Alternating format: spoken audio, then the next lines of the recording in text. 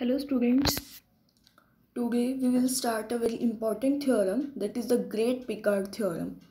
तो first of all इसकी statement करते हैं. क्या है स्टेटमेंट? एक फंक्शन है, लेट करो f जो एनालिटिक गिवन है, पर उसके पास फंक्शन के पास इसेंशियल सिंगुलैरिटी है किस पॉइंट पर? At z is equals to z naught point पर. Is it clear? अगर ऐसा है तो I want to prove that in each neighbourhood of Z naught की हर एक नेबरहुड में F assumes each complex number. F हर एक कॉम्प्लेक्स नंबर को अज्यूम करता है, दैट इज अटेन करता है. Clear? With one possible exception. एक पॉसिबल एक्सेप्शन एग्जिस्ट कर सकती है. इसका मीनिंग क्या है कि ज़्यादा से ज़्यादा एक पॉइंट ऐसा एग्जिस्ट कर सकता है कॉम्प्लेक्स प्लेन का जिसे फंक्शन ओमिट करता हो, अज्यूम ना करता हो. क्लियर? बट वो पॉइंट ज़्यादा से ज़्यादा एक होना चाहिए जिसे फंक्शन अज्यूम ना कर सके. इसके अलावा फंक्शन हर पॉइंट को, कॉम्प्लेक्स नंबर को, हर एक कॉम्प्लेक्स नंबर को अज्यूम करता हो, अटेन करता हो an infinite number of times. Clear? तो clearly in other words I can say ना कि जो हमारा फंक्शन एफ है एनालिटिक है, एक पॉइंट पे z is equals to Z naught पे अगर इसेंशियल सिंगुलैरिटी है तो आई वांट टू प्रूव कि जो एफ जेड है ना, यानी कि रेंज ऑफ एफ, वो क्या होगा? पूरा का पूरा कॉम्प्लेक्स प्लेन होगा या तो. क्लियर? यानी वो कोई भी कॉम्प्लेक्स नंबर ऐसा होगा ही नहीं जिसे वो अटेन ना कर सके. और या अगर ऐसा नहीं है तो एफ जेड किसके इक्वल होगा?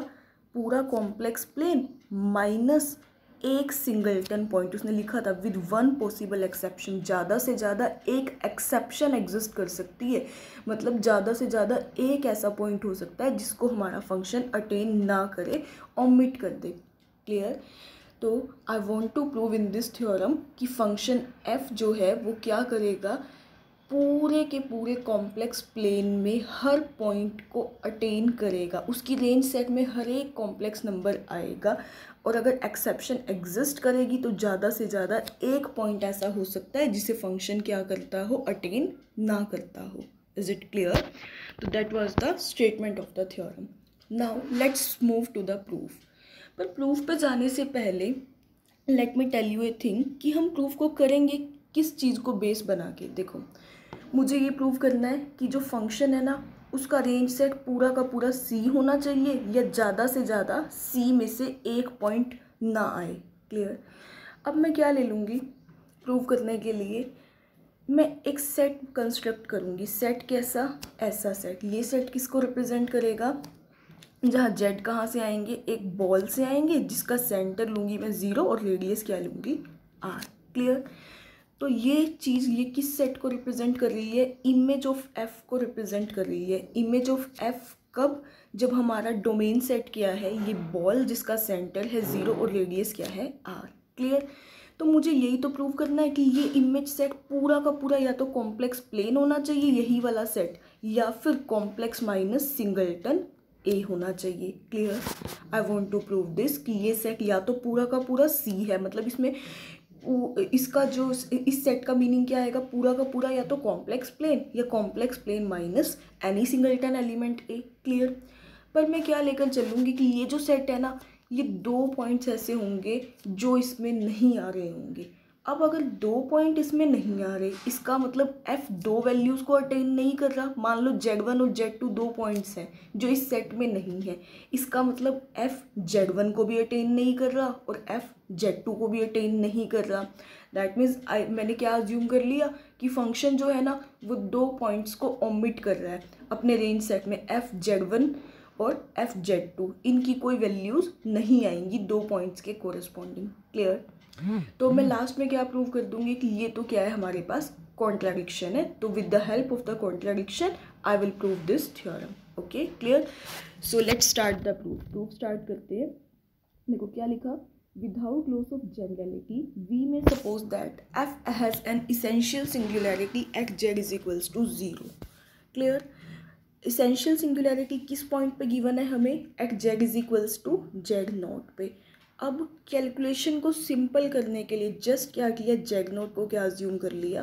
0. तो इसका मतलब एफ के पास इसेंशियल सिंगुलैरिटी किस पॉइंट पे है? जेड इज इक्वल्स टू 0 पे. क्लियर? नाउ अब देखो क्लेम क्या है हमारा, क्लेम है प्रूव करना चाहते हैं हम, we want to prove that F can omit at the most one value, F ज़्यादा से ज़्यादा एक वैल्यू को ओमिट कर सकता है Z is equals to Z naught is equals to zero की नेबरहुड में। Clear. So let's start the proof. तो प्रूफ करने के लिए जैसा अभी मैंने बताया, बट क्या करेंगे हम, सपोज कर लेंगे लेट इफ़ पॉसिबल, कि अगर पॉसिबल है तो अज्यूम कर लो there is R greater than zero such that there are two numbers not lying in this region. क्या है इसका मीनिंग, वही जो मैंने अभी ऊपर सेट कंस्ट्रक्ट किया था इमेज ऑफ एफ का। ठीक है, वर्ड डोमेन क्या था हमारे पास, वही बॉल जिसका सेंटर है ज़ीरो, ज़ीरो सेंटर होने का मतलब जहाँ पर इसेंशियल सिंगुलैरिटी है और रेडियस क्या है आर। क्लियर। उसके कोरस्पॉन्डिंग, इस डोमेन के कोरस्पॉन्डिंग जो इमेज ऑफ एफ आएगी मैंने उसका सेट बनाकर रख दिया। क्लियर। अब देखो आई वांट टू प्रूव कि इस सेट में ना, ये जो सेट है ये हर एक कॉम्प्लेक्स नंबर को अज्यूम करेगा एक्सेप्ट वन, एक हो सकता है कि ना अज्यूम करे। क्लियर। मुझे ये प्रूव करना है, बट कॉन्ट्राडिक्शन से प्रूव करने के लिए मैंने क्या लेट कर लिया कि ये दो पॉइंट्स को अज्यूम नहीं कर रहा। क्लियर। यही लिखा let if possible there are two numbers not lying in this set, जो इस सेट में लाई नहीं कर रहे। क्लियर। तो अब कौन से दो नंबर इसमें लाई नहीं कर रहे वो भी हम अज्यूम कर लेते हैं, और फिर लास्ट में we will get a contradiction. तो यही अज्यूम करा हमने, लेट एफ जेड ज़ीरो नहीं है और एफ जेड क्या नहीं है, वन नहीं है। कहाँ पर, इस वाली डिस्क में। तो एफ जेड दो पॉइंट्स जो अटेन नहीं कर रहा था, एक तो ज़ीरो और एक वन, ये दो पॉइंट्स हमने ले लिए। क्लियर। अब देखो लास्ट में हम कॉन्ट्राडिक्शन लेकर आएंगे। नाउ अब क्या किया, जो हमने डिस्क ली थी जिसका सेंटर था ज़ीरो और रेडियस क्या थी हमारे पास, कैपिटल आर, ये डिस्क थी हमारी। मैंने क्या किया, इस जेड नोट पॉइंट को ही रिमूव कर दिया और बचे हुए डोमेन को क्या नाम दे दिया, जी। क्लियर। एक सीक्वेंस डिफाइन करी एफ एन, जी से लेकर सी तक, सच दैट एफ एन किसके इक्वल है, F of Z by N के equal. Let me name this equation as the star equation. Clear. अब देखो ध्यान से दो या तीन चीज़ें, एफ फंक्शन एनालिटिक गिवन है, स्टार्टिंग में ही हमें फंक्शन एफ एनालिटिक गिवन था। अगर एफ एनालिटिक है तो एफ एन भी क्या होगा, एनालिटिक होगा। First thing is clear, F N क्या हो गया, एनालिटिक। देन एफ फंक्शन अभी अभी एज्यूम करा दो वैल्यूज अटेन नहीं कर सकता, एक ज़ीरो और एक वन। तो इसका मतलब एफ एन भी क्या करेगा, कि not assume the values zero and one, ये भी दो वैल्यूज जीरो और वन को अज्यूम नहीं कर पाएगा बिकॉज एफ अज्यूम नहीं कर पा रहा जीरो और वन को। क्लियर। तो अब देखो इसके बाद हम ये थ्योरम कर चुके हैं, मोंटेल्स थ्योरम और मोंटेल-कैराथीड्री थ्योरम। क्या है इस थ्योरम की स्टेटमेंट, आप देख सकते हैं लास्ट में मैंने इसमें डाला भी हुआ है लेक्चर में। क्या है थ्योरम की स्टेटमेंट, कि अगर हमारे पास कोई एक फैमिली है, कोई एक कलेक्शन है। क्लियर। कलेक्शन कैसी, कलेक्शन में पड़े हुए जितने भी फंक्शंस हैं, ये फंक्शंस की अगर कोई कलेक्शन है, इस कलेक्शन में जाने वाले सारे फंक्शंस अगर एनालिटिक हों और दो वैल्यूज़ ओमिट करते हों, मतलब ज़ीरो और वन, अगर फंक्शन ज़ीरो भी ना हो पाए किसी भी जेड की वैल्यू के लिए और वन भी ना हो पाए, अगर ऐसा होता है तो जो ये कलेक्शन है ना हमारे पास कैपिटल एफ, ये पूरी की पूरी कलेक्शन क्या हो जाती है, नॉर्मल फैमिली या नॉर्मल कलेक्शन बन जाती है। Is it clear. तो ये थ्योरम हम कर चुके हैं ऑलरेडी। तो with the help of this theorem, यहाँ पर देखो ध्यान से, जो एफ एन थी हमारे पास सीक्वेंस ऑफ फंक्शंस, एनालिटिक है अपने डोमेन पर। क्लियर। दो वैल्यूज़ अज्यूम नहीं कर पा रही, पूरी की पूरी सीक्वेंस ऑफ फंक्शंस में जो भी फंक्शंस है कौन कौन सी, ज़ीरो और वन। तो by this theorem F N normal family हो जाएगी C G comma C infinity में। Is it clear. नाउ अब जो हमारी ये वाली फैमिली है एफ एन नॉर्मल हो चुकी है। क्लियर। अब यहाँ पर मैं क्या करती हूँ, नॉर्मल की डेफिनेशन लगा देती हूँ। पता है हमें नॉर्मल की डेफिनेशन बिल्कुल अच्छे से, क्या होती है नॉर्मल की डेफिनेशन, कि कोई एक सेट है, कोई एक कलेक्शन है जो किसका सबसेट है, सी जी कोमा ओम का, मतलब कॉन्टिन्यूस फंक्शंस की कलेक्शन जिनका डोमेन है जी और रेंज सेट कहाँ आएगा, ओम में। ये कॉन्टिन्यूस फंक्शंस की अगर कोई कलेक्शन है हमारे पास, is set to be normal. ये कलेक्शन नॉर्मल कब होगी, if each sequence in this collection, जब इस कलेक्शन में से आप कोई भी सीक्वेंस ले लो और उस सीक्वेंस के पास एक सब सीक्वेंस एग्जिस्ट कर जाए जो कन्वर्ज करती हो किसी फंक्शन f पे जो कहाँ से आ रहा हो, इसी डोमेन सी जी कोमा ओम से। Clear? It was the definition of normal. तो इस डेफिनेशन को मैं अपनी एफ एन सीक्वेंस पर ऑपरेट करती हूँ। देखो एफ एन सीक्वेंस नॉर्मल हो चुकी थी। Now the collection F N will have a सब सीक्वेंस। तो इसका मतलब तो एफ एन कलेक्शन अगर नॉर्मल है तो अभी डेफिनेशन पड़ी नॉर्मल की कि एफ एन सीक्वेंस के पास एक सब सीक्वेंस मिलेगी। एफ एन के नाम की मैंने एक सब सीक्वेंस ले ली, K is varying from 1 to infinity, such that जो ये सब सीक्वेंस है ये कन्वर्जेंट होगी। तो ये कन्वर्ज करेगी यूनिफॉर्मली। कहाँ पर कन्वर्ज करेगी? On to the compact subset of our domain. तो मैंने यही लिखा, ये that is on to the compact subset of G where. तो अब जो ये फाई है या तो ये एनालिटिक फंक्शन होगा या फाई क्या करेगा, इन्फिनिटी के इक्विवेलेंट होगा। इन्फिनिटी यानी कि एफ एन के क्या करेगा, इन्फिनिटी पे डाइवर्ज करेगा। क्लियर? दो केसेस पॉसिबल है। अब मैं दोनों केसेस लूँगी और दोनों ही केसेस से I will arrive at a contradiction. Clear? तो केस फर्स्ट हमने कंसिडर किया कि अगर फंक्शन कैसा है, एनालिटिक है। क्लियर? मान लो फाई कैसा है हमारे पास, एनालिटिक। फाई अगर एनालिटिक है तो फाई जेड अपने डोमेन में बाउंडेड हो जाएगा। क्लियर? अब अगर फाई जेड बाउंडेड है तो इसका मतलब जो फाई का जो डोमेन है, डोमेन क्या था फाई फंक्शन का, बॉल जिसका सेंटर था 0 और रेडियस क्या थी 1/2। तो इसका मतलब फाई जो है इस डोमेन में फाई की मैक्सिमम वैल्यू एग्जिस्ट करेगी। तो मैंने फाई जेड की मैक्सिमम वैल्यू को क्या नाम दे दिया, कैपिटल एम। क्लियर? अब मुझे ये भी पता है कि जो हमारा फंक्शन थी ना सब सीक्वेंस एफ एन के, वो किस पे कन्वर्ज कर रही थी, फाई पे कन्वर्जेंट थी। Clear? F N K was converging to phi. Definition लगा दो कन्वर्जेंट की। क्या होती है लिमिट की डेफिनेशन? अगर मान लो कोई एक लिमिट है, कोई एक सीक्वेंस है, वो किस पे कन्वर्ज कर रही है, एल पे कन्वर्ज कर रही है, तो क्या डेफिनेशन होती है, वैसे ही हमने सेम डेफिनेशन लगा दी। By the definition of limit we have for every epsilon greater than 0, epsilon को मैंने क्या चूज कर लिया, in particular M where M is strictly greater than 0 there exist a positive constant mu, या एक constant exist करेगा natural number से, such that for all K is greater than equals to mu we have F N K minus phi less than epsilon which is equals to M for all K greater than equals to mu. Clear? It is nothing but the definition of limit. Limit की definition क्या कहती है, देखो उसने क्या कहा कि अगर एफ एन के फाई पे कन्वर्ज कर रहा है, इसका मतलब एफ एन के का डिफरेंस फाई के साथ हमारे चूज किए हुए एप्सिलॉन से कम है for all K greater than equals to mu, यानी कि after leaving a finite number of terms I will get this condition. Clear? It is my equation number 1। Now अब देखो एफ जेड बाई एन के किसके equal है, F N K Z के equal. Equation star में हम ये चीज़ लिख चुके हैं। नाउ अब देखो ध्यान से, क्या लिया मैंने, F Z by N K is equals to F N K Z, phi Z add किया, सब्ट्रैक्ट किया। ए प्लस बी के होल मॉड्यूलस की इनइक्वालिटी क्या होती है, less than equals to mod A plus mod B, mod A plus mod B मैंने operate किया। ये जो टर्म है ये, this term will be less than equals to अपनी सुप्रीमम वैल्यू से छोटी होगी plus absolute value of phi Z. Clear? अब देखो एफ जेड बाई एन की, यानी कि ये किससे छोटा हो जाएगा, इन दोनों का जो डिफरेंस है, अभी जब लिमिट की डेफिनेशन लगाई थी लेस देन एम था और फाई की एब्सोल्यूट वैल्यू जो थी, उस फाई का जो मैक्सिमम था वो कैपिटल एम था, तो absolute value of phi less than equals to M हो जाएगी। M plus M will give us 2m। Clear? तो यहाँ से मुझे क्या मिल गया, 2m। क्लियर? अब देखो 10